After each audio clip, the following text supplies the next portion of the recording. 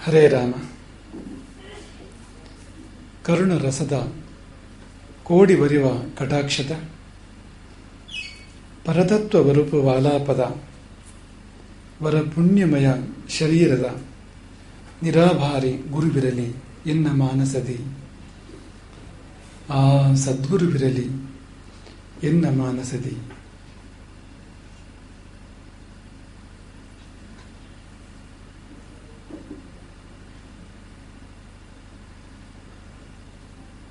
ಹೇಗಿರಬೇಕು ಗುರು ಎಂದರೆ ಸಮಯ ಪಾಲಕನಾಗಿರಬೇಕು.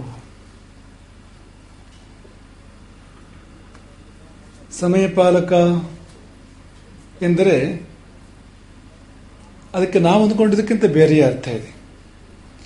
ಈ ಸಮಯ ಶಬ್ದಕ್ಕೆ ಕಾಲ ಅಂತ ಹೇಗೆ ಅರ್ಥ ಇದೆಯೋ ಹಾಗೆಯೇ ಶಿಷ್ಟಾಚಾರ, ಸಂಪ್ರದಾಯ, ಪದ್ಧತಿ ಎನ್ನುವ ಅರ್ಥವೂ ಕೂಡ ಇದೆ. ಒಂದು ಒಪ್ಪಂದ ಸಮಯ ಅಂದರೆ ಹೀಗೆ ನಡ್ಕೊಳ್ಬೇಕು, ಹೀಗೆ ನಡ್ಕೊಳ್ಬಾರ್ದು ಎನ್ನುವ ಕುರಿತು ಒಂದು ಒಪ್ಪಂದ. ಎಷ್ಟೋ ಸಂಗತಿಗಳು ಗ್ರಂಥಗಳಲ್ಲಿ ಬರೆದಿರೋದಿಲ್ಲ, ಶಾಸ್ತ್ರ ಗ್ರಂಥಗಳಲ್ಲಿ ಎಲ್ಲವನ್ನೂ ಬರೆದಿರೋದಿಲ್ಲ. ಎಷ್ಟೋ ಸಂಗತಿಗಳು ಹಿರಿಯರ ಮೂಲಕ ನಮಗೆ ಬಂದಿರ್ತದೆ. ಅವುಗಳನ್ನು ಸಮಯ ಸಮಯ ಒಂದು ಒಪ್ಪಂದ ಎಂಬುದಾಗಿ ಕರೀತಾರೆ. ಸಮಯ ನಿಯತೆಯ ಸಾಧುವೃತ್ಯ ಸಮೇತಂ. ಸಮಯ ನಿಯತೆಯ ಅಂದರೆ ಈ ಸಂಪ್ರದಾಯಗಳು, ರೂಢಿಗಳು, ಪದ್ಧತಿಗಳು ಏನಿದೆ ಇವುಗಳಿಂದ ನಿಯಂತ್ರಿತವಾಗಿರತಕ್ಕಂಥ ಸಾಧುವೃತ್ತಿ. ಸಾಧುವೃತ್ತಿ ಅಂದರೆ ಸನ್ನಡತೆ. ಇದರಿಂದ ವಿಭೂಷಿತನಾಗಿರಬೇಕು ಗುರುವಾದವನು. ಸಮಯ ಅನ್ನೋ ಪದವನ್ನು ವಿವೇಚನೆ ಮಾಡಿದಾಗ ಸಮ ಎಂದರೆ ಪರಮಾತ್ಮ, ನಿರ್ದೋಷಂ ಹಿ ಸಮಂ ಬ್ರಹ್ಮ, ಗೀತೆಯ ಮಾತು. ನಿರ್ದೋಷಂ ಹಿ ಸಮಂ ಬ್ರಹ್ಮ, ಸಮಂ ಬ್ರಹ್ಮ. ಸಮ ಎಂದರೆ ಪರಮಾತ್ಮ, ಸಮ ಎಂದರೆ ಪರಬ್ರಹ್ಮ, ಸಮ ಎಂದರೆ ಪರಮಾತ್ಮ ತತ್ವ. ಯಾಕೆಂದ್ರೆ ಎಲ್ಲವೂ ಸಮವಾದಾಗ ಗೋಚರಿಸುವಂಥದ್ದು ಅದು. ಈಗ ನಮ್ಮ ದೇಹದಲ್ಲಿ ಧಾತುಗಳಿದ್ದಾವೆ, ವಾತ ಪಿತ್ತ ಕಫ ಧಾತುಗಳಿದ್ದಾವೆ. ಈ ಧಾತುಗಳಲ್ಲಿ ಸಾಮ್ಯ ಬಂದಾಗ ಆತ್ಮದರ್ಶನ, ವೈಷಮ್ಯ ಬಂದಾಗ ರೋಗ. ಹಾಗೆ ಇವೆಲ್ಲವೂ ಸಮಾವಸ್ಥೆಗೆ ಬರಬೇಕು. ಸತ್ವರಜಸ್ತಮ ಗುಣಗಳಿರಬಹುದು, ಅಥವಾ ವಾತ ಪಿತ್ತ ಕಫಗಳೆಂಬ ಧಾತುಗಳಿರ್ಬೋದು. ತ್ರಿಧಾತು, ತ್ರಿದೋಷ ಎಂಬುದಾಗಿ ಕರೀತಾರೆ ಅದನ್ನು. ಅಥವಾ ಸಪ್ತಧಾತುಗಳಿರ್ಬೋದು. ಈ ಶರೀರವು ಸಪ್ತಧಾತುಗಳಿಂದ ವಿರಚನೆಯಾಗಿದೆ. ಇವುಗಳಲ್ಲಿ ಯಾವುದೋ ಒಂದು ಬಗೆಯ ಸಾಮ್ಯ ಬರಬೇಕು, ಒಂದಕ್ಕೊಂದು ವಿರುದ್ಧವಾಗಬಾರ್ದು. ಅದೆಲ್ಲ ಬಂದಾಗ ಆತ್ಮದರ್ಶನವಾಗ್ತದೆ. ಹಾಗಾಗಿ ಸಮ ಎಂಬ ಪದಕ್ಕೆ ಪರಮಾತ್ಮ ಎಂದು ಸ್ವೀಕಾರ ಮಾಡೋದಾದ್ರೆ ಪರಮಾತ್ಮನ ಕಡೆಗೆ ನಮ್ಮನ್ನು ನಡೆಸ್ತಕ್ಕಂಥ ಯಾವೆಲ್ಲ ಪದ್ಧತಿಗಳಿದ್ದಾವೆ, ಶಿಷ್ಟಾಚಾರಗಳಿದ್ದಾವೆ, ಅವೆಲ್ಲ ಸಮಯ ಅಥವಾ ಸಂಪ್ರದಾಯ ಎಂಬ ಪದದಿಂದ ಕರೆಯಲ್ಪಡ್ತವೆ. ಇವುಗಳನ್ನು ಪಾಲಿಸುವಂಥವನಾಗಿರಬೇಕು. ಕಳೆದ ಸಾರಿ ಪ್ರಸ್ತಾಪ ಮಾಡಿದ ಹಾಗೆ ಯಾವುದು ಸರಿ ಯಾವುದು ತಪ್ಪು ಎನ್ನುವುದಕ್ಕೆ ಪ್ರಮಾಣ 4. ಬದುಕಿನಲ್ಲಿ ಸರಿ ಯಾವುದು, ತಪ್ಪು ಯಾವುದು ಗೊತ್ತಾಗಬೇಕಲ್ವಾ? ಗೊತ್ತಾದರೆ ನಾವು ಸರಿಯಾಗಿ ಇರಬಹುದು, ತಪ್ಪುಗಳನ್ನು ಮಾಡದೇ ಇರಬಹುದು ಅಂತ. ಯಾವ್ಯಾವುದು ಅಂದರೆ, ಒಂದು ವೇದ, ಇನ್ನೊಂದು ಸ್ಮೃತಿ, ಮತ್ತೊಂದು ಸದಾಚಾರ, ಕೊನೆಯದು ಸ್ವಸ್ಯಚ ಪ್ರಿಯಮಾತ್ಮನಃ. ಅಂದರೆ ಸರಿ ತಪ್ಪುಗಳಿಗೆ ವೇದವು ಪ್ರಮಾಣ. ವೇದ ಎಂದರೆ ಈಶ್ವರನ ವಾಣಿ. ಅದು ಸೃಷ್ಟಿಯಲ್ಲೆಲ್ಲ ಹಬ್ಬಿ ಹರಡಿದೆ, ತಪಸ್ಸಿನಿಂದ ಗೋಚರವಾಗ್ತದೆ. ಅಂಥ ಈಶ್ವರನ ಶಾಸನ, ಈಶ್ವರನ ಅನುಶಾಸನ ಅದು ವೇದ. ಅವುಗಳಲ್ಲಿ ಬದುಕಿಗೆ ಬೇಕಾದ ಎಲ್ಲ ಮಾರ್ಗದರ್ಶನವೂ ಇದೆ. ಹೇಗೆ ಬದುಕಬೇಕು, ಹೇಗೆ ಬದುಕಬಾರದು ಎನ್ನುವುದಕ್ಕೆ ಬೇಕಾದ ಪ್ರತಿಯೊಂದು ಸಂಗತಿಯೂ ಕೂಡ ನಿರೂಪಿತವಾಗಿದೆ. ಆದರೆ ಈಗ ಎಲ್ಲ ವೇದಗಳು ಗೋಚರವಾಗಿಲ್ಲ. ಗೋಚರವಾಗದ ವೇದಗಳು, ಮಂತ್ರಗಳು ಎಷ್ಟೋ ಇವೆ. ಗೋಚರವಾಗಿರುವಂಥದ್ದು ಬಹಳ ಸ್ವಲ್ಪ. ನಮ್ಮ ಪೂರ್ವಜರು, ಮನೀಷಿಗಳು, ಮಹರ್ಷಿಗಳು ತಪಸ್ಸಿನ ಮೂಲಕ, ಸಾಧನೆಯ ಮೂಲಕ ವೇದಗಳನ್ನು ಗೋಚರ ಮಾಡಿಕೊಂಡ್ರು. ಎಷ್ಟು ಅಂದರೆ 3 ಮುಷ್ಟಿ. 3 ವೇದ ಅಂದರೆ 3 ಮುಷ್ಟಿ, 4 ವೇದ ಅಂದರೆ 4 ಮುಷ್ಟಿ. ಮತ್ತು ಗೋಚರವಾಗದೇ ಇರುವಂಥದ್ದು ಎಷ್ಟಿದೆ ಅಂದರೆ ಬೆಟ್ಟದಷ್ಟಿದೆ ಅಂತ. ಅನಂತವಾಗಿ ಗೋಚರವಾಗದ ವೇದವಿದೆ, ಗೋಚರವಾಗಿದ್ದು ಸ್ವಲ್ಪವೇ. ಹಾಗಾಗಿ ಯಾವುದೋ ಕೆಲವು ಸಂಗತಿ ನಮಗಲ್ಲಿ ಗೊತ್ತಾಗದೇ ಇರಬಹುದು ವೇದಗಳಲ್ಲಿ. ಆಗೇನು ಮಾಡಬೇಕು ಅಂದರೆ ಸ್ಮೃತಿ, ಸ್ಮೃತಿಗಳು, ಅಷ್ಟಾದಶ ಸ್ಮೃತಿಗಳು. ಸ್ಮೃತಿ ಅಂದ್ರೆ ಏನು ಅಂದ್ರೆ ವೇದವನ್ನು ಕಂಡುಕೊಂಡು ಅಂದ್ರೆ ಆ ಅನುಭವವನ್ನು ನೆನಪಿಟ್ಟುಕೊಂಡು ಹೊರಗೆ ಬಂದು ಹೇಳಿರ್ತಕ್ಕಂಥ ಒಂದು ಸಂಗತಿಗಳು ಅಂತ. ಈಗ ಅನುಭವದಲ್ಲಿಯೇ ಹಾಗೆ ಅದನ್ನು ಉಚ್ಚರಿಸಿದ್ರೆ ಅದು ವೇದ ಅಂತ ಆಗ್ತದೆ. ಪರಮಾನುಭವದ ಸ್ಥಿತಿಯಲ್ಲಿ, ಸಮಾಧಿ ಸ್ಥಿತಿಯಲ್ಲಿ ತನ್ನ ಅನುಭೂತಿಯನ್ನು ಅಲ್ಲಿಂದ ಹಾಗೆಯೇ ಆತ ಹೊರಗಡೆ ಹೋದಾಗ ಅದು ವೇದ ಅಂತ ಆಗ್ತದೆ. ಬೇರೆಯವರು ಸಂಗ್ರಹ ಮಾಡಿರ್ತಾರೆ ಅದನ್ನ. ಹಾಗಾಗದೇ ಇದ್ದಾಗ ಸಮಾಧಿಯಿಂದ ಕೆಳಗಿಳಿದು ಬಂದ ಬಳಿಕ ನೆನಪಿಸಿಕೊಂಡು ತನ್ನ ಅನುಭವವನ್ನು ಹೇಳ್ತಾನ ಅವನು. ಸ್ಮೃತಿ ಇದು ಅಂತ, ಸ್ಮರಣೆ ಇದು ಅಂತ. ಹಾಗಾಗಿ ಸ್ಮೃತಿಗಳು ಪ್ರಮಾಣ. ಇದಕ್ಕೂ ಮಿಕ್ಕಿ ಕೆಲವು ಸಂಗತಿಗಳಿಗೆ ವೇದಗಳಲ್ಲಿ ಸಿಕ್ಕೋದಿಲ್ಲ, ನಮಗೆ ಸ್ಮೃತಿಗಳಲ್ಲೂ ಕೂಡ ಸಿಕ್ಕೋದಿಲ್ಲ. ಅಂಥ ಸಂಗತಿಗಳು ಇರ್ತವೆ ಜೀವನದಲ್ಲಿ. ಆಗ ಏನು ಅಂದ್ರೆ ಆಗ ಸಮಯ ಅನ್ನೋದು ಬಂತು ಅಂತ. ಸದಾಚಾರವನ್ನು ಗಮನಿಸು, ಸತ್ಸಂಪ್ರದಾಯವನ್ನು ಗಮನಿಸು, ಹಾಗೆ ನಡ್ಕೋ. ಕೊನೆಯದು ಆತ್ಮತುಷ್ಟಿ. ಎಲ್ಲಿ ನಮ್ಮ ಆತ್ಮಕ್ಕೆ ನಿಜವಾದ ಪರಿತೋಷ ಉಂಟಾಗ್ತದೆಯೋ, ಆತ್ಮಕ್ಕೆ ಖೇದ ಉಂಟಾಗುತ್ತಿಲ್ವೋ ಅಂತ ಅದನ್ನು ಮಾಡಬೇಕು ಅಂತ. ಅದು ಕೊನೆಯದಾಯಿತು. ಈ ಮೂರನೇದಿದೆಯಲ್ಲ, ವೇದದಲ್ಲೇ ಉತ್ತರ ಸಿಗದೇ ಇದ್ರೆ, ಸ್ಮೃತಿಗಳಲ್ಲಿಯೇ ಉತ್ತರ ಸಿಗದೇ ಇದ್ರೆ, ಆಗ ಏನು ಮಾಡಬೇಕು ಅಂದ್ರೆ ಈ ಸಂಪ್ರದಾಯಗಳನ್ನು ನಾವು ಅವಲೋಕನೆ ಮಾಡಬೇಕು. ಸತ್ಪುರುಷರು ಹೇಗೆ ನಡ್ಕೊಂಡ್ರು ಹಾಗೆ ನಡ್ಕೊಳ್ಬೇಕು. ಚಿಕ್ಕ ಚಿಕ್ಕ ವಿಷಯಗಳಿರ್ಬೋದು. ಉದಾಹರಣೆಗೆ ತೈತ್ತಿರೀಯವಲಿಯಲ್ಲಿ ಒಂದು ಮಾತು, ಏಕೇಚ ಅಸ್ಮಚ್ಛೇಯಾಂಸೋ ಬ್ರಾಹ್ಮಣಾ ತೇಷಾಂ ತ್ವಯಾ ಆಸನೆ ನ ಪ್ರಶ್ವಸಿತವ್ಯಂ. ಅಂದ್ರೆ ನಿನಗಿಂತ ದೊಡ್ಡವರು ಯಾರಿದ್ದಾರೋ ಹೋಗಿ ಅವರ ಆಸನದಲ್ಲಿ ಕೂತ್ಕೋಬೇಡ. ನನಗಿಂತ ವಯಸ್ಸಿನಲ್ಲಿ ಹಿರಿಯರು, ಸ್ಥಾನದಲ್ಲಿ ಹಿರಿಯರು, ವಿದ್ಯೆಯಲ್ಲಿ ಹಿರಿಯರು, ಹೋಗಿ ಅವರ ಸ್ಥಾನದಲ್ಲಿ, ಅವರ ಪೀಠದಲ್ಲಿ, ಅವರ ಆಸನದಲ್ಲಿ ಕೂತ್ಕೋಬೇಡ. ನಿನ್ನ ಶ್ರೇಯಸ್ಸಿಗಲ್ಲ ಅದು. ಇದೇನು ಅಂದ್ರೆ ಇದೊಂದು ಸಮಯ ಇದು ಅಂತ. ಇದೊಂದು ಶಿಷ್ಟರ ನಡುವೆ, ಸತ್ಪುರುಷರ ನಡುವೆ ಒಪ್ಪಂದ. ಹೀಗೆ ಮಾಡಬಾರದು ಎನ್ನುವ ಒಂದು ಒಪ್ಪಂದ. ಇದು ನಮ್ಮ ಶ್ರೇಯಸ್ಸಿಗಿರ್ತಕ್ಕಂಥದ್ದು. ಯಾಕೆಂದ್ರೆ ನಮಗೆ ನಮ್ಮ ಅಳತೆ ಗೊತ್ತಿರಬೇಕು. ನೋಡಿ, ನಮ್ಮ ಅಳತೆಗೆ ಮೀರಿದ ವ್ಯವಹಾರವನ್ನು ಮಾಡಬಾರದು ನಾವು. ಬೆಟ್ಟಕ್ಕೆ ಸನ್ನೆ ಹಾಕಿರುವ ಮಹದಾಶಿಗನೆ ಗಟ್ಟಿಯೇ ಸೊಟ್ಟಾಗದೆ ಸನ್ನೆಗೋಲು ರಟ್ಟೆಯೇ ಮುರಿದೀತು ಮೈ ಮರೆತ ಸಾಹಸದಿ ಎಷ್ಟು ಉಚಿತವೋ ನೋಡು ಮಂಕುತಿಮ್ಮ. ಈಗ ಬೆಟ್ಟಕ್ಕೆ ಸನ್ನೆ ಹಾಕಿಬಿಟ್ಟಿದ್ದಾನೆ. ಸನ್ನೆಗೋಲನ್ನು ಬೆಟ್ಟದ ಕೆಳಗೆ ತೂರಿ ಬೆಟ್ಟವನ್ನು ಎತ್ತಲಿಕ್ಕೆ, ಬೆಟ್ಟವನ್ನು ಅಳಿಲಿಕ್ಕೆ ಹೊರಟಿದ್ದಾನೆ. ಗಟ್ಟಿಯೇ ಸೊಟ್ಟಾಗದೆ ಸನ್ನೆಗೋಲು. ಸನ್ನೆಗೋಲು ಎಷ್ಟು ಗಟ್ಟಿ! ಬೆಟ್ಟವನ್ನು ಎತ್ತುವ ಚೇತನೆ ಇದೆಯಾ ಸನ್ನೆಗೋಲಿಗೆ? ಅದು ಮುರಿದು ಹೋದಿತ್ತು ಅಥವಾ ಬಗ್ಗಿ ಹೋದಿತ್ತು ಬೆಟ್ಟದ ಭಾರಕ್ಕೆ. ಇಲ್ಲ, ಅದು ಗಟ್ಟಿಯೇ ಇದೆ ಅಂದ್ರೆ ಇನ್ನು ರಟ್ಟೆಯೇ ಮುರಿದೀತು ಮೈ ಮರೆತ ಸಾಹಸದಿ ಎಷ್ಟು ಉಚಿತವೋ ನೋಡು. ಹಾಗಾಗಿ ನೀನು ಎಲ್ಲಿ ಕೂತ್ಕೊಳ್ಬಹುದು? ನಿನ್ನ ಅಳತೆ ಯಾವುದು, ನಿನ್ನ ಯೋಗ್ಯತೆ ಯಾವುದು ನಿನಗೆ ಗೊತ್ತಿರಬೇಕು. ಅದಕ್ಕೆ ಮೀರಿದ ವ್ಯವಹಾರವನ್ನು ಮಾಡಿದ್ದೆ ಆದಲ್ಲಿ ಅದು ನಮ್ಮ ಶ್ರೇಯಸ್ಸಿಗೆ ಕಾರಣವಾಗುವ ಬದಲು ಹಾನಿಗೆ ಕಾರಣವಾದೀತು. ಇಂಥ ಎಷ್ಟೋ ಸಮಯಗಳು, ಎಷ್ಟೋ ಸದಾಚಾರಗಳು, ಸಂಪ್ರದಾಯಗಳು ಇದ್ದಾವೆ. ಹಿರಿಯರ ವಿಷಯಕ್ಕೆ ತೆಗೆದುಕೊಂಡ್ರೆ, ಹಿರಿಯರು ಬಂದಾಗ ಎದ್ದೆತ್ತುಕೊಳ್ಬೇಕು. ತಂದೆಯೋ, ತಾಯಿಯೋ, ಗುರುಗಳು, ಕುಲಪುರೋಹಿತರು, ಯಾರು ನಮಗಿಂತ ದೊಡ್ಡವರು ಬಂದಾಗ ನಾವು ಕೂತ್ಕೊಂಡಿದ್ರೆ ಎದ್ದು ನಿಂತ್ಕೊಳ್ಬೇಕು. ಊರ್ಧ್ವಂ ಪ್ರಾಣ ಉತ್ಕ್ರಾಮಂತಿ. ಯಾಕೆಂದ್ರೆ ನಮಗಿಂತ ದೊಡ್ಡವರು ನಮ್ಮ ಎದುರು ಬಂದಾಗ ನಮ್ಮೊಳಗಿನ ಪ್ರಾಣಶಕ್ತಿಗಳು ಅವು ತಾನಾಗಿ ಊರ್ಧ್ವಂ ಪ್ರಾಣ ಉತ್ಕ್ರಾಮಂತಿ ಮೇಲ್ಮುಖವಾಗಿ ಹೇಳ್ತವಂತವು ತನ್ನಷ್ಟಕ್ಕೆ. ನಾವು ಎದ್ದಾಗ ಅದಕ್ಕೊಂದು ಸಮಾಧಾನ ಬರ್ಲಿಕ್ಕೆ ಸಾಧ್ಯ. ನಾವು ಹೇಳ್ತಾ ಇದ್ರೆ ವೈಪರೀತ್ಯಗಳು ಉಂಟಾಗ್ಬೋದು ಪ್ರಾಣಶಕ್ತಿಯ ಸಂಚಾರದಿಂದ, ಚಲನೆಯಿಂದ. ಹಾಗಾಗಿ ಶಿಷ್ಟಾಚಾರ ಏನು ಅಂದ್ರೆ, ದೊಡ್ಡವರು ಬಂದಾಗ ಎದ್ದು ನಿಂತ್ಕೋ. ಉತ್ಸವ ಬರ್ತಾ ಇದೆ, ಎದ್ದು ನಿಂತ್ಕೋ. ದೇವರು ಬರ್ತಾ ಇದ್ದಾರೆ, ಎದ್ದು ನಿಂತ್ಕೋ. ಶಿಷ್ಟಾಚಾರ ಇದು, ಸಮಯ ಇದು. ದೊಡ್ಡವರಿಗಿಂತ ಮೇಲೆ ಕೂತ್ಕೊಳ್ಬೇಡ, ಅವರಿಗಿಂತ ಕೆಳಗೆ ಕೂತ್ಕೊಳ್ಬೇಕು ಹೊರತು ಅವರಿಗಿಂತ ಎತ್ತರದಲ್ಲಿ ಕೂತ್ಕೊಳ್ಬೇಡ. ಯಾಕೆಂದ್ರೆ ನೀನು ಅವರಿಗಿಂತ ಎತ್ತರ ಅಲ್ಲ, ಅವರೇ ನಿನಗಿಂತ ಎತ್ತರ ಇರ್ತಕ್ಕಂಥವ್ರು. ಹಾಗಾಗಿ ಶಿಷ್ಟಾಚಾರ ಅದು. ಈಗ ಹಿರಿಯರಿದ್ದಾರೆ, ಅವ್ರ ಕಡೆ ಕಾಲು ಮಾಡಿ ಕೂತ್ಕೋಬೇಡ, ಕಾಲು ನೀಡಿ ಅವರ ಕಡೆಗೆ ಕೂತ್ಕೋಬೇಡ, ಅಥವಾ ದೇವರ ಕಡೆಗೆ ಕಾಲು ನೀಡಿ ಕಾಲು ಚಾಚಿ ಕೂತ್ಕೋಬೇಡ. ಶಿಷ್ಟಾಚಾರ.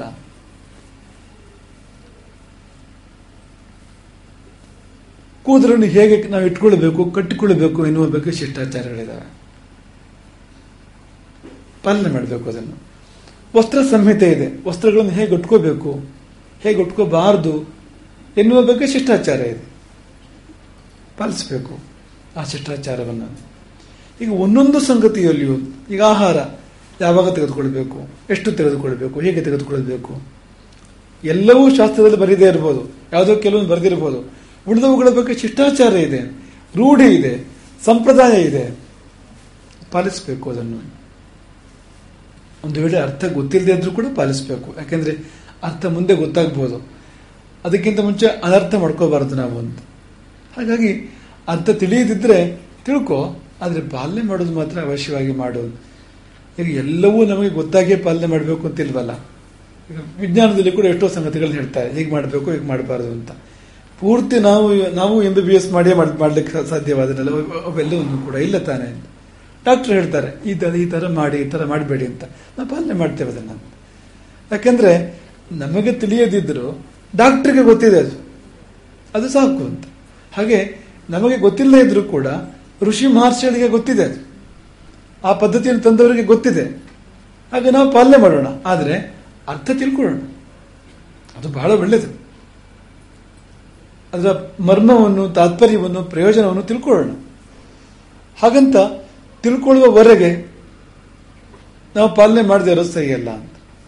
ಈ ಉದಾಹರಣೆಗೆ ವಿಷವನ್ನು ಸೇವಿಸಿದ್ರೆ ಏನಾಗ್ತದೆ ಅಂತ ತಿಳ್ಕೊಳ್ಳೋಣ, ತೊಂದರೆ ಏನೂ ಇಲ್ಲ. ಆದರೆ ಗೊತ್ತಾಗುವವರೆಗೆ ವಿಷ ಸೇವಿಸ್ತಾ ಇರ್ತಾನೆ, ಅದೇನು ಬೇಕಾಗಿಲ್ಲ, ಅದು ಮಾಡಬೇಕಾಗಿಲ್ಲ ಅಂತ.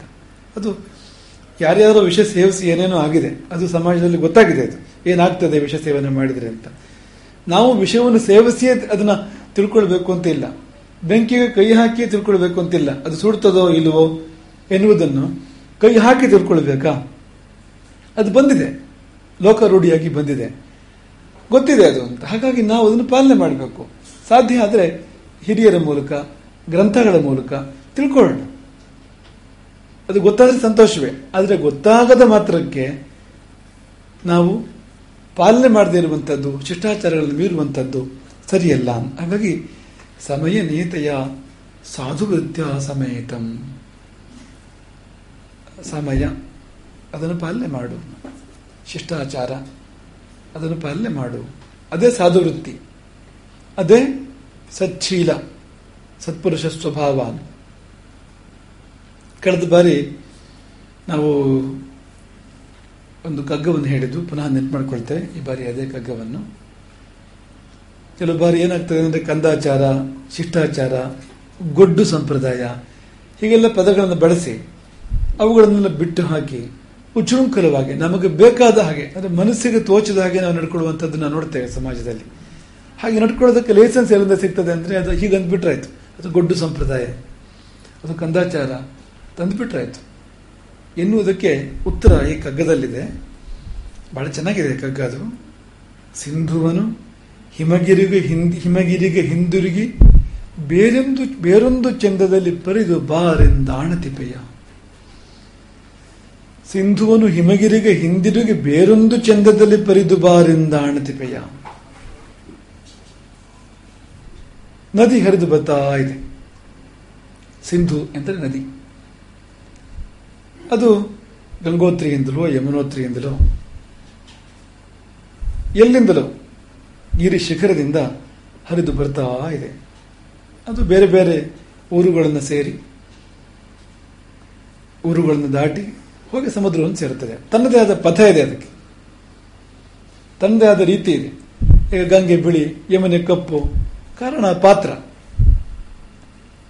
ಹಾಗಾಗಿ ತನ್ನದೇ ಆದ ದಾರಿ, ತನ್ನದೇ ಆದ ಶೈಲಿ, ತನ್ನದೇ ಆದ ರೀತಿ ಇದೆ. ಗಂಗೆ ಭೋರ್ಗರೆದು ಹಿಡಿದು ಬರ್ತದೆ, ಅಲ್ಕಾನಂದ ಸಮಾಧಾನವಾಗಿ ಹಿಡಿದು ಬರ್ತದೆ. ಈಗ ನಾವು ಗಂಗೆಗೆ ಆರ್ಡರ್ ಮಾಡೋದು, ಇದು ನಿನ್ಗೆ ಬಂದ ದಾರಿ ಸರಿ ಇಲ್ಲ, ನೀನು ವಾಪಸ್ ಹೋಗು, ಹಿಮಾಲಯಕ್ಕೆ ವಾಪಸ್ ಹೋಗಿ ನಾನೊಂದು ರೂಟ್ ಹಾಕ್ಕೊಡ್ತೇನೆ ನಿನಗೆ, ಹಾಗೆ ಹರಿದು ಬಾ ಎಂದು ನಾವು ಆಜ್ಞೆ ಮಾಡಲಿಕ್ಕೆ ಸಾಧ್ಯವಾ? ಆಣತಿಪ್ಪೆಯ ಗಂಗೆಯೇನು ಹಿಮಗಿರಿಗೆ ಹಿಂದಿರುಗಿ ಬೇರೊಂದು ಚಂದದಲ್ಲಿ, ಬೇರೆ ದಾರಿಯಲ್ಲಿ, ಬೇರೆ ರೀತಿಯಲ್ಲಿ, ಬೇರೆ ಬಣ್ಣ, ಬೇರೆ ಶೈಲಿಯಲ್ಲಿ ಪರಿದು ಬಾ, ಹರಿದು ಬಾ ಎಂದು ಆಣತಿಪ್ಪೆಯ. ಸಾಧ್ಯ ಇಲ್ಲ ತಾನೆ. ಹೀಗೆ ಸಮಾಜ ಪ್ರವಾಹವೂ ಕೂಡ ಸಂದರ್ಭವಿಡಿದು ಜನಚೈತನ್ಯ ಪರಿದಿಹುದು. ಈಗ ಸಮಾಜ ನಡ್ಕೊಂಡು ಬಂದಿದೆ ಒಂದು ರೀತಿಯಲ್ಲಿ ಎಷ್ಟೋ ಕಾಲದಿಂದ. ಅದಕ್ಕೆ ಕಾರ್ಯಕಾರಣ ಇದೆ, ಸಂದರ್ಭಗಳಿದೆ, ಸೂಕ್ಷ್ಮಗಳಿದೆ, ಮರ್ಮಗಳಿದೆ ಅದಕ್ಕೆ. ಹಾಗಾಗಿ ಹಾಗೆ ಬಂದಿರತಕ್ಕಂಥದ್ದು ಅದು ಅಂತ. ಈಗ ನಾವು ಹೇಗೆ ನದಿಗೆ ಹಿಂದಿರುಗಿ ಬೇರೆ ರೀತಿಯಲ್ಲಿ ಹರಿದು ಬಾ ಅಂತ ಆಜ್ಞೆ ಮಾಡ್ಲಿಕ್ಕೆ ಸಾಧ್ಯ ಇಲ್ವೋ, ಹಾಗೆ ಸಮಾಜಕ್ಕೂ ವಾಪಸ್ ಹೋಗು, ಬೇರೆ ರೀತಿಯಲ್ಲಿ ಬಾ, ಸಾಧ್ಯ ಇಲ್ಲ. ಸಂದರ್ಭವಿಡಿದು ಜನಚೈತನ್ಯ ಪರಿದಿಹುದು. ಸಂದರ್ಭವಿಡಿದು ಜನಚೈತನ್ಯ ಪರಿದಿಹುದು. ಅಂಧಗತಿ ಎಲ್ಲವದು, ಅದು ಕುರುಡಲ್ಲ. ಅದಕ್ಕೆ ಕಾರಣಗಳಿದೆ. ಯಾಕೆ ಆ ಪದ್ಧತಿಗಳು ಬಂದುವು? ಪ್ರತಿಯೊಂದರ ಹಿಂದೆ ವಿಜ್ಞಾನ ಇದೆ, ಪ್ರತಿಯೊಂದರ ಹಿಂದೆ ಅನುಭವ ಇದೆ. ಅನುಭವ, ವಿಜ್ಞಾನ ಎರಡೂ ಇದೆ. ಕೆಲವು ಬಾರಿ ಮಹರ್ಷಿಗಳು ವಿಜ್ಞಾನದ ಮೂಲಕವಾಗಿ, ವಿಶೇಷ ಜ್ಞಾನದ ಮೂಲಕವಾಗಿ, ವಿಜ್ಞಾನ ಎನ್ನುವಾಗ ವಿಶೇಷ ಜ್ಞಾನದ ಮೂಲಕವಾಗಿ ಇದು ಸರಿ, ಇದು ಸರಿಯಲ್ಲ ಎಂಬುದನ್ನು ತೀರ್ಮಾನ ಮಾಡಿದ್ದಾರೆ. ವಿಜ್ಞಾನ ಇದೆ, ಅನುಭವ ಕೂಡ ಇದೆ. ಯಾವ ಸೊಪ್ಪನ್ನು ತಿಂದ್ರೆ ಏನಾಗಬಹುದು, ಯಾವ ಸೊಪ್ಪನ್ನು ಅರೆದು ಮೂಗಿನ ಮೂಲಕ ಸೇವಿಸಿದ್ರೆ ಏನಾಗಬಹುದು, ಹಚ್ಚಿದ್ರೆ ಏನಾಗಬಹುದು, ಅನುಭವಗಳಿದ್ದಾವೆ. ಎರಡೂ ಇದೆ. ಹಾಗಾಗಿ ಅಂಧಗತಿ ಅಲ್ಲ ಅದು ಅಂತ. ಅದು ಕುರುಡು ಸಂಪ್ರದಾಯ, ಕಂದಾಚಾರ ಎನ್ನಲಿಕ್ಕೆ ನಮಗೇನು ಗೊತ್ತು. ಹಾಗೆ ನೋಡಿದ್ರೆ ನಾವು ಹೀಗೆ ಹೇಳುವುದೇ ಕಂದಾಚಾರ, ಕುರುಡು ಸಂಪ್ರದಾಯ. ಯಾಕೆಂದ್ರೆ ತಿಳಿದು ಹೇಳ್ತಾ ಇಲ್ಲ, ನಾವು ನೋಡಿ ಹೇಳ್ತಾ ಇಲ್ಲ, ಅರ್ಥ ಮಾಡ್ಕೊಂಡು ಹೇಳ್ತಾ ಇಲ್ಲ, ಒಟ್ಟಾರೆ ಹೇಳಿಬಿಡೋದು. ಅದೆಲ್ಲ ಗೊಡ್ಡು ಸಂಪ್ರದಾಯ, ಅದು ಪಾಲನೆ ಮಾಡಲಿಕ್ಕೆ ಇರೋದಲ್ಲ. ಆದರೆ ಎಂದಾದರೂ ಒಂದು ದಿನ ಈ ಸಂಪ್ರದಾಯದ ಹಿಂದಿರ್ತಕ್ಕಂಥ ವಿಜ್ಞಾನ ನಮಗೆ ಅರ್ಥವಾಗುವ ಸಂದರ್ಭ ಬಂದರೆ ಈವರೆಗೆ ಮಾಡಿದ್ದೆಲ್ಲ ಮೋಸ, ತಪ್ಪು ಆಗಿರ್ತದೆ, ದೋಷ ಆಗಿರ್ತದೆ. ಅದರಿಂದ ಅನೇಕ ಏರುಪೇರುಗಳು ಸಂಭವಿಸಿರ್ತವೆ. ಇವತ್ತು ಎಷ್ಟೋ ಸಾರಿ ಏನಾಗ್ತದೆ, ಈ ಬುದ್ಧಿಜೀವಿಗಳು ಎನ್ನುವಂಥವರು ಒಂದೇ ಸಾರಿ ಆಕ್ರಮಣ ಮಾಡಿ ಸಂಪ್ರದಾಯಗಳ ಮೇಲೆ, ಪದ್ಧತಿಗಳ ಮೇಲೆ ಆಕ್ರಮಣ ಮಾಡಿ ಅದರಲ್ಲಿ ಬಿಟ್ಟುಬಿಡಿಯಿತು. ನಾನು ಹಾಳು ಮಾಡಿರ್ತಾರೆ. ಆದರೆ ಮುಂದೊಂದು ದಿನ ವಿಜ್ಞಾನ ಅದನ್ನು ಸರಿ ಅಂತಂದಾಗ ಆದ ನಷ್ಟವನ್ನು ತುಂಬಿಕೊಡೋರು ಯಾರು, ಆದ ಅನಾಹುತಗಳನ್ನು ತುಂಬಿಕೊಡೋರು ಯಾರು? ಸಾಧ್ಯ ಇಲ್ಲ ನೋಡಿ.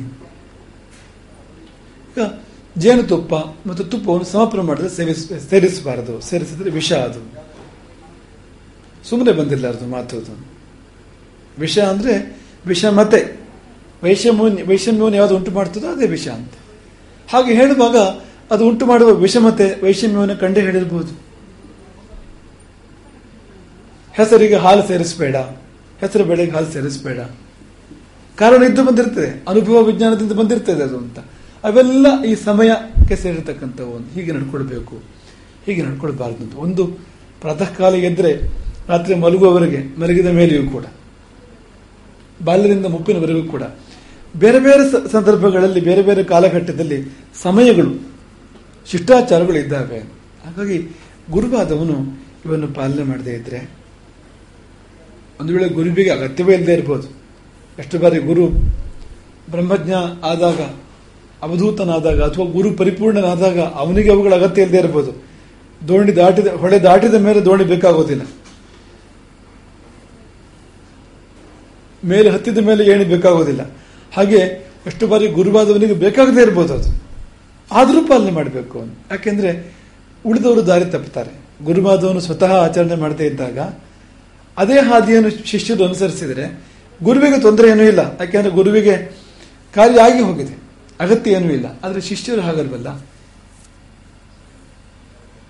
ಈಗ ಗುರು ಮಾಡಿದ್ದನ್ನೆಲ್ಲ ಶಿಷ್ಯರು ಮಾಡೋದು ಅಂತಂದ್ರೆ ಕೆಲವು ಸತಿ ಏನಾಗ್ತದೆ ಅಂದ್ರೆ, ಈಗ ದೊಡ್ಡ ಚಕ್ರದ ವಾಹನ ಹೋಗ್ತಾ ಇರ್ತದೆ, ಅದು ಹೋದಲ್ಲಿ ಸಣ್ಣ ಚಕ್ರದ ವಾಹನ ಹೋಗ್ಲಿಕ್ಕೆ ಆಗೋದಿಲ್ಲ. ಒಂದು ಬಸ್ ಹೋದಲ್ಲಿ ಒಂದು ಬೈಸಿಕಲ್ ಹೋಗ್ಲಿಕ್ಕೆ ಸಾಧ್ಯ ಇಲ್ಲ. ದೊಡ್ಡ ಹೊಂಡವನ್ನು ಬಸ್ ಹಾರ್ಕೊಂಡು ಹೋದ್ರೆ ಅದೇ ಜಾಗದಲ್ಲಿ ಬೈಸಿಕಲ್ ಹೋದ್ರೆ ಸೊಂಟ ಮುರಿಬಹುದು, ಅಪಘಾತ ಆಗ್ಬೋದು. ಆದ್ರೆ ಏನಾಗ್ತದೆ ಅಂದ್ರೆ, ಸಾಮಾನ್ಯವಾಗಿ ದೊಡ್ಡವರು ಹೋದಾಗ ಅದೇ ಹಾದಿಯಲ್ಲಿ ಚಿಕ್ಕವರು ಹೋಗ್ತಕ್ಕಂಥದ್ದು ಪದ್ಧತಿ ಅಂತ. ಗುರುವಾದವನು ಜಾಗ್ರತೆ ಮಾಡಬೇಕು. ಲೋಕ ಸಂಗ್ರಹ ಎಂಬುದಾಗಿ ಒಂದು ಶಬ್ದ ಇದೆ.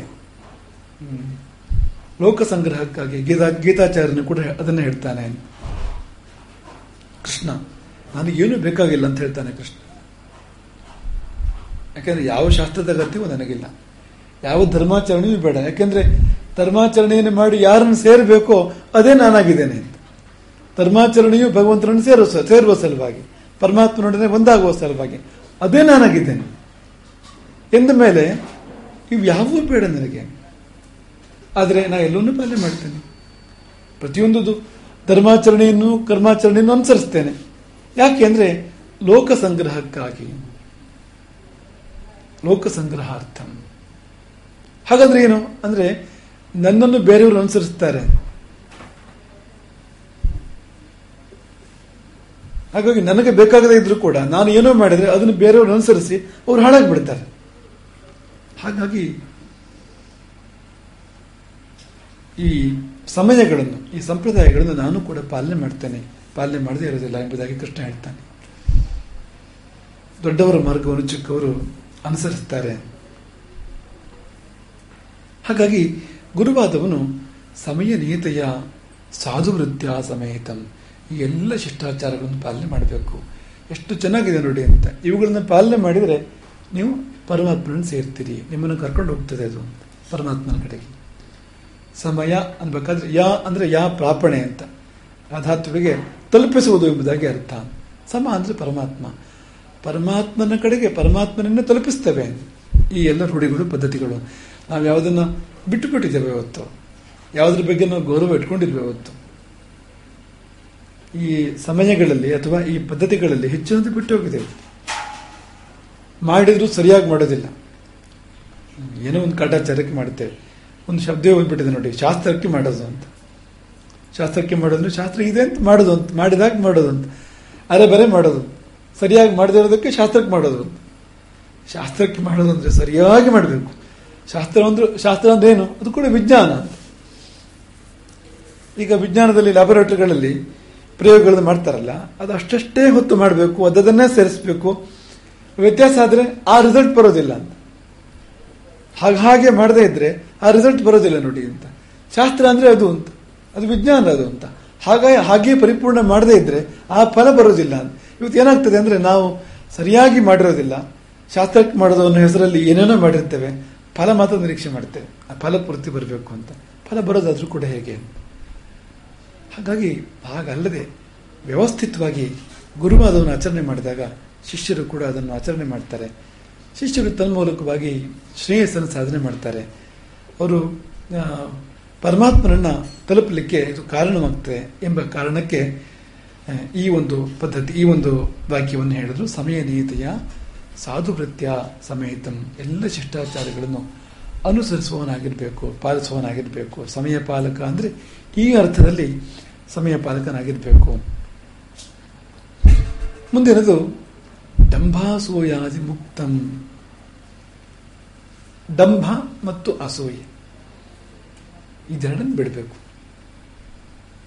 ಡಂಭ ಅಂದ್ರೆ ಏನು? ಸರಳ, ಧರ್ಮಾಚರಣೆ ಮಾಡ್ತಾನೆ, ಆದ್ರೆ ಯಾತಕ್ಕೋಸ್ಕರ ಮಾಡಬೇಕು ಅದಕ್ಕೋಸ್ಕರ ಮಾಡೋದಿಲ್ಲ. ಮತ್ತೆ ಬೇರೆಯವರನ್ನು ಮೆಚ್ಚಿಸುವ ಸಲುವಾಗಿ ಮಾಡ್ತಾನೆ.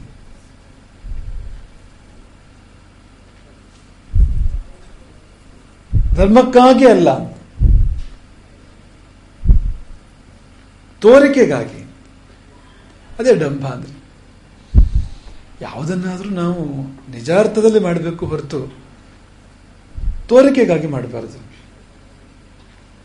ಯಾಕೆಂದ್ರೆ ಇದೆಲ್ಲ ಯಾರಿಗೋಸ್ಕರ ಬೇಕು? ತನಗಾಗಿ ಬೇಕು ತಾನೆ. ಈಗ ನಾವು ಸ್ನಾನ ಮಾಡಬೇಕು, ಯಾರಿಗಾಗಿ ಮಾಡಬೇಕು? ನಮಗಾಗಿ ಮಾಡಬೇಕು, ಬೇರೆಯವ್ರ ಸಲುವಾಗಿ ಅಲ್ಲ ಅದು.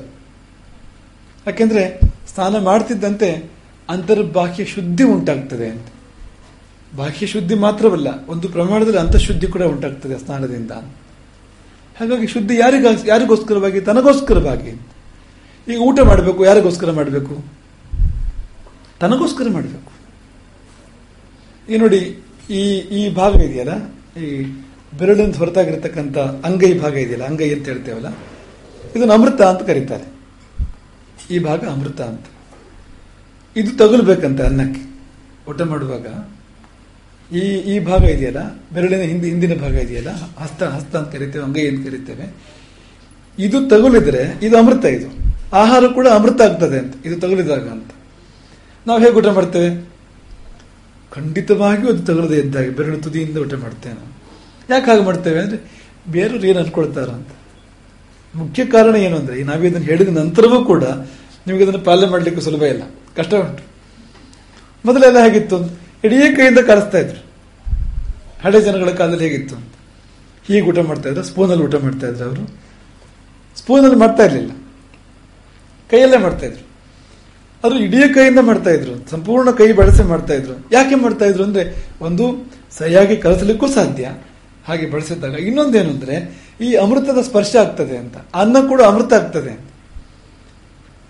ಅದು ತಾನೇ ಬೇಕು. ಈಗ ಅನ್ನ ಅಮೃತ ಆಗ್ಬೇಕು, ಯಾಕೆಂದ್ರೆ ಅನ್ನ ಇಲ್ಲದೆ ಮೃತ ಆಗ್ತೇವೆ ನಾವು. ಅನ್ನವಿಲ್ಲದೆ ಎಷ್ಟು ಕಾಲ ಇರ್ಲಿಕ್ಕೆ ಸಾಧ್ಯ? ಸಾವು ಹತ್ರ ಆಗ್ತದೆ ಅಂತ. ಅನ್ನವು ನಮ್ಮನ್ನು ಅಮೃತರನ್ನಾಗಿ ಸಾಯದಂತೆ ನಮ್ಮನ್ನು ಕಾಪಾಡ್ತದೆ ನೋಡಿ.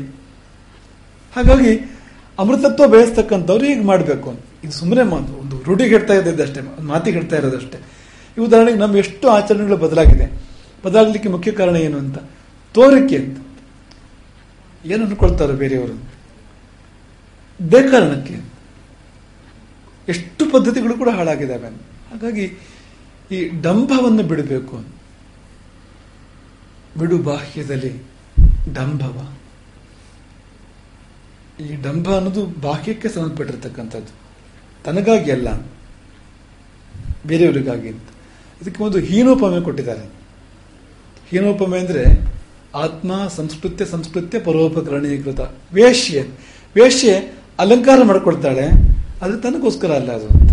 ಯಾವುದನ್ನು ತನಗೋಸ್ಕರ ಅಂತ ಮಾಡಿದ್ರೆ ಇನ್ನೊಬ್ಬರಿಗೋಸ್ಕರ ಅಂತ ಇನ್ನೊಬ್ಬರು ತೋರಿಸ್ಲಿಕ್ಕೋಸ್ಕರ ಮಾಡ್ತಾನೋ ಅವನು ಅದಕ್ಕೆ ಸಮಾನವಾಗಿರ್ತಾನೆ ಅಂತ ಎಂಬುದಾಗಿ ಶಾಸ್ತ್ರಗಳು ಹೇಳಿದ್ದೇವೆ ಅಂತ. ಹಾಗಾಗಿ ಏನನ್ನು ಮಾಡ್ತೀಯೋ ನಿನಗಾಗಿ ಮಾಡು, ಧರ್ಮಾಚರಣೆಯನ್ನು ಸ್ವಂತಕ್ಕೋಸ್ಕರ ಮಾಡು, ಕೀರ್ತಿ ಗಳಿಸುವ ಸಲುವಾಗಿ, ಮೆಚ್ಚುಗೆಯ ಸಲುವಾಗಿ ಅಲ್ಲ. ಎಷ್ಟೋ ಜನ ದಾನ ಧರ್ಮಗಳನ್ನು ಮಾಡ್ತಾರೆ. ಯಾಕೆ ಮಾಡ್ತಾರೆ ಅಂದ್ರೆ ಅದು ಮುಖ್ಯವಾಗಿ ಕೀರ್ತಿಗೋಸ್ಕರವಾಗಿ, ಹೆಸರು ಬರಬೇಕು ಅಲ್ಲ.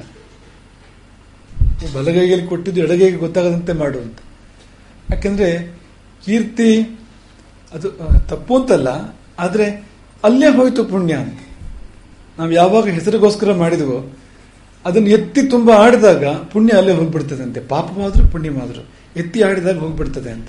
ಈಗ ನಾವು ಕೆಟ್ಟ ಕೆಲಸ ಮಾಡಿದ ಮೇಲೆ ಹೇಳ್ಕೊಳ್ಬೇಕು ಅಂತ ಖ್ಯಾಪನೆ ಅಂತ ಹೆಸರು, ಗುರುಗಳ ಮುಂದೆ ಅಥವಾ ಪ್ರಾಜ್ಞರ ಪರಿಷತ್ತಿನಲ್ಲಿ ಇಂತಹ ಪಾಪ ಮಾಡಿದ್ದೇನೆ ಅಂತ ಖ್ಯಾಪನೆ ಮಾಡಿದ್ರೆ ಪಾಪ ಪರಿಹಾರ ಆಗ್ತದೆ ಅಂತ.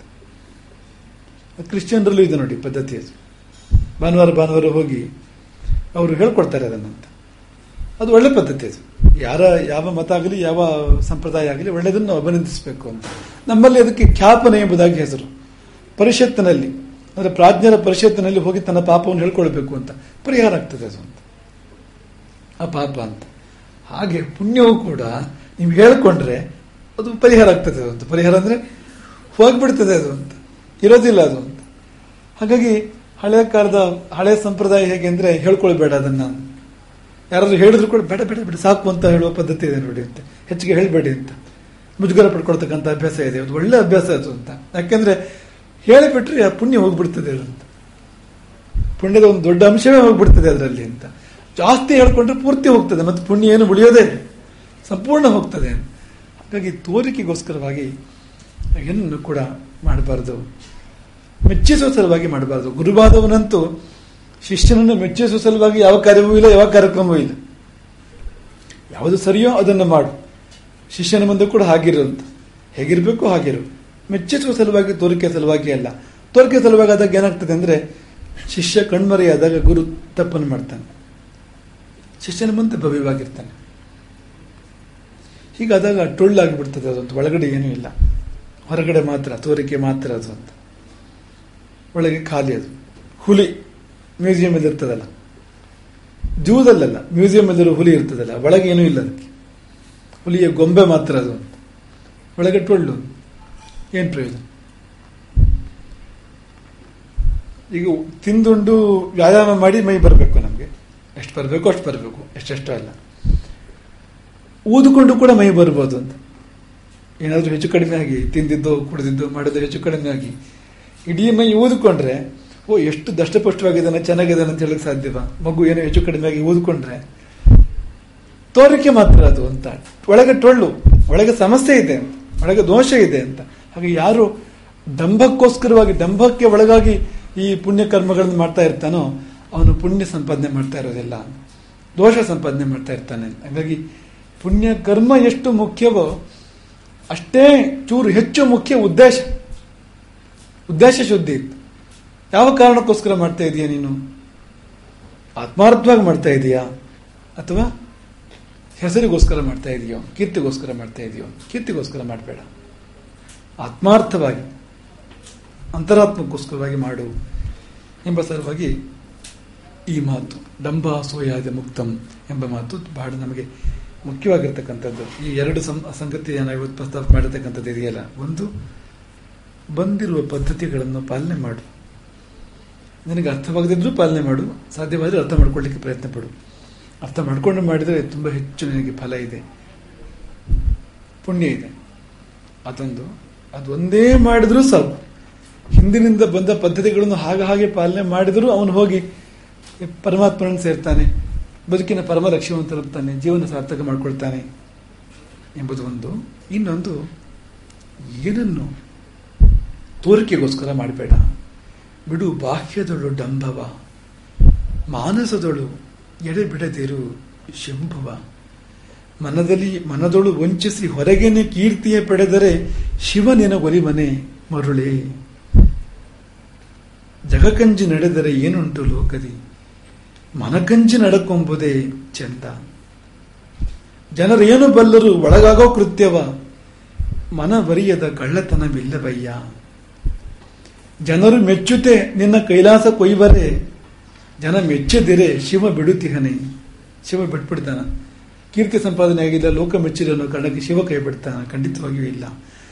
ಜನರಲ್ಲಿ ನಿನ್ನನ್ನು ದೊಡ್ಡಾತನೆಂದರೆ ಚಿನುಮೆಯ ಶಿವನೆಲ್ಲ ಅರಿಯನೆ ಮರುಳೆ. ಶಿವನಿಗೆ ಗೊತ್ತಿಲ್ವಾ ನಿನ್ನೊಳಗೆ ಏನು ಕೊಳಕಿದೆ, ಏನು ಕಳಂಕ ಇದೆ, ಏನು ದೋಷವಿದೆ, ಶಿವನಿಗೆ ಗೊತ್ತಿಲ್ವಾ? ಹಾಗಾಗಿ ಡಂಬವನ್ನು ಬಿಟ್ಟು ನೇರವಾದ ಒಳಗೆ ಹೊರಗೆ ಒಂದಾಗಿರ್ತಕ್ಕಂಥ ನಡವಳಿಕೆಯನ್ನು ಮತ್ತು ಆತ್ಮಕ್ಕೋಸ್ಕರ ಆತ್ಮಾರ್ಥವಾಗಿ ಎಂಬಂಥ ಆಚರಣೆಯನ್ನು ಮಾಡಬೇಕು. ಈ ಎರಡನ್ನೇ ಪಾಲನೆ ಮಾಡಿದರೂ ಕೂಡ ನಾವು ಉದ್ಧಾರವಾಗಲಿಕ್ಕೆ ಸಾಧ್ಯ ಇದೆ. ಗುರುವಂತೂ ಮೊದಲು ತಾನು ಹೀಗಿದ್ದು ತನ್ನ ಬದುಕಿನ ಮೂಲಕ, ತನ್ನ ಆಚರಣೆಯ ಮೂಲಕ ಶಿಷ್ಯನಿಗೆ ಅವನು ಸಂದೇಶವನ್ನು ಕೊಡಬೇಕು, ತನ್ನ ಬದುಕನ್ನೇ ಪಾಠವಾಗಿಸಿಕೊಳ್ಳಬೇಕು. ಹರೇ ರಾಮ.